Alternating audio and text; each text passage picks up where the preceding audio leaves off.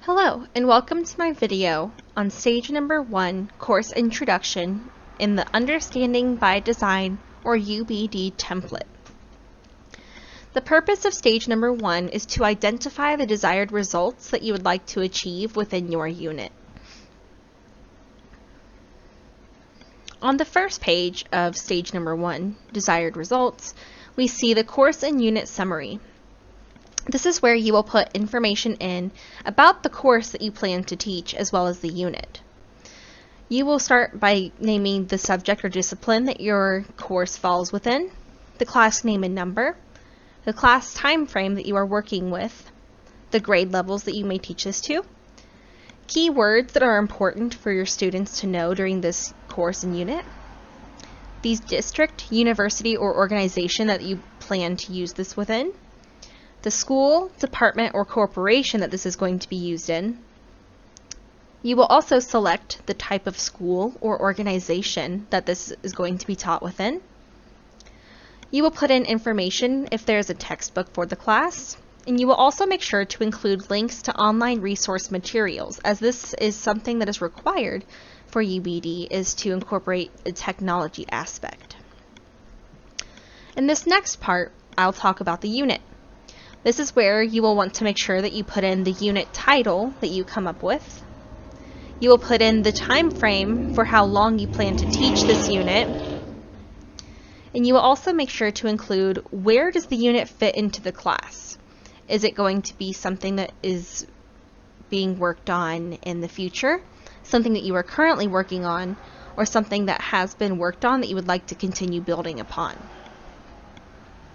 You will also make sure to include information about the delivery of the unit, if it is going to be face-to-face, if it is going to be a blend of online and face-to-face, if it is just online, or if there's another type of delivery that you plan to use, you can enter that information here.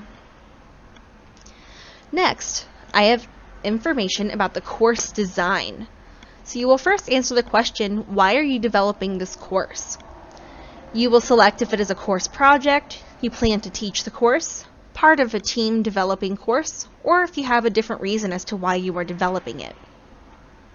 You will then include information as to the time frame to teach the course, and then you will select any of the above that apply for the level of expertise that you have with this course. If you are a subject matter expert, SME, a future instructor, or a course designer. Moving on, we have the unit summary. Below, you will have the unit overview, and this is where you will give us a brief description in simple words as to what your unit is going to be about, as well as why you are planning on teaching this unit. Next, we have a revised inspirational big idea. So in stage number 0 of the UbD template, you try to come up with a big idea as to why this is being taught for your students.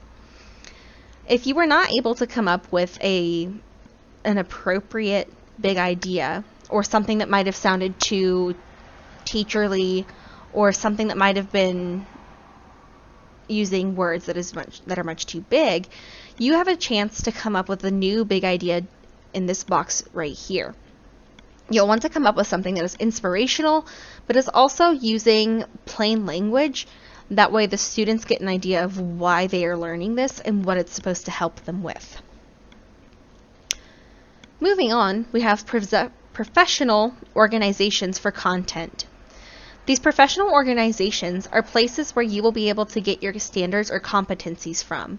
And they're important to use because that way we know you are getting information from a source that has the correct competencies and standards that you are wanting your students to work towards. You will put in the name of the organization in this box here.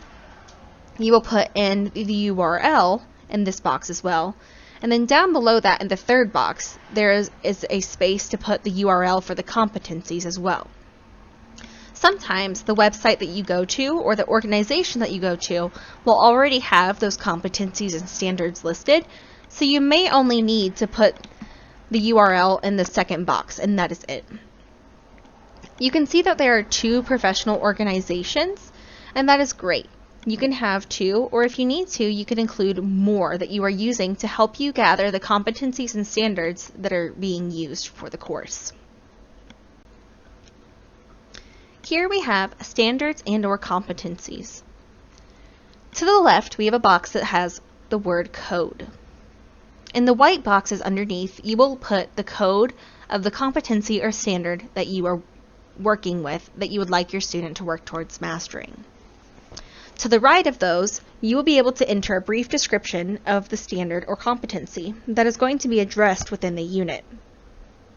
These standards and competencies, while they are important and students should be attending to them, they are not the entire purpose as to why students come to school or the purpose of what we are designing. Next, we have transfer. Transfer is when students are taking their learning that they have achieved and they are able to apply it within different situations independently without the support of a teacher. When we come up with our transfer goals, we need to think of long-term accomplishments that we want our students to be able to achieve.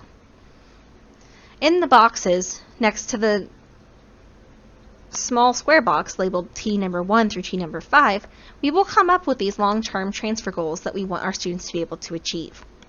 We will want to make sure that our goals start off with the statement. Students will be able to use their learning independently too, and then you will finish the statement with the intended goal for your student. To the right of that, you will put in the following competency code or standard that matches up with your goal to make sure that the goals and competency standards are synced up.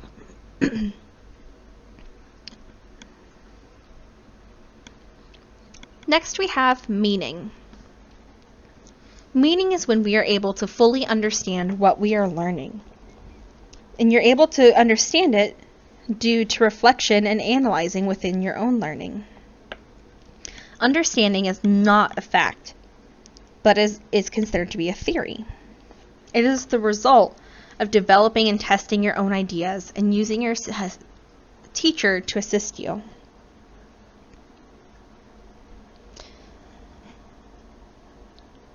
With meaning, you have to be able to own your understanding that you have. This is most important as we are working on developing our essential questions and our understandings. Here we have essential questions. You will see Q number 1 through Q number 5, and to the right of that we have a box where you are able to enter in the essential question for your students for this unit. Your essential questions are going to be questions that are thought-provoking and they make your student really think about what is happening. They will make your students think, make sense of what they are learning, and be able to transfer what they're learning into different situations as well.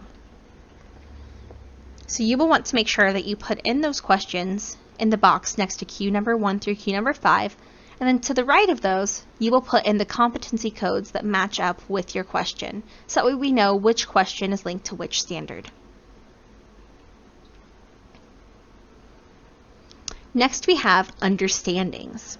This is where we're thinking more about what we want our students to understand and what kind of questions or inferences should they have or make. You will want to make sure that in the boxes labeled U number 1 through U number 5, to the right of that, you put your understandings in the form of a statement, starting off with students will understand that, and then you finish off the statement with what students should be able to understand or what inferences they are able to make from their learning. Then, to the right of those, you will place your competency or standard codes to make sure that their understandings also coordinate with the standards that they are working on in this unit. Next we have acquisition. This is where we try to focus on what students are acquiring within the areas of knowledge and skills. In knowledge, you will see a box to the left labeled K number 1 through K number 5. This is the code that lets us know that these are things that the students are going to be able to know. In the box to the right, you will write information about the basic facts or concepts that students are going to be able to know and recall.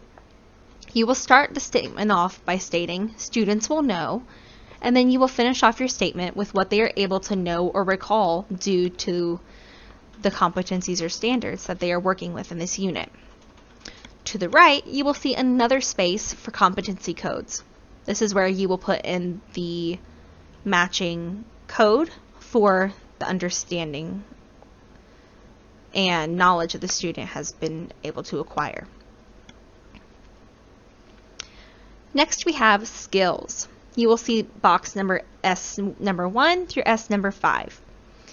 To the right of that is a space for you to write what skills and processes the students are going to be able to use due to the knowledge that they have been acquiring. You will start off by writing, students will be skilled at, and then you will finish off the statement with what students should be skilled at doing, what they should be skilled in processing, and what they're able to use in order to help them. To the right, we have another space for competency codes. This is where you will put the coordinating standard or competency code that matches up with the skill or process the student is able to use.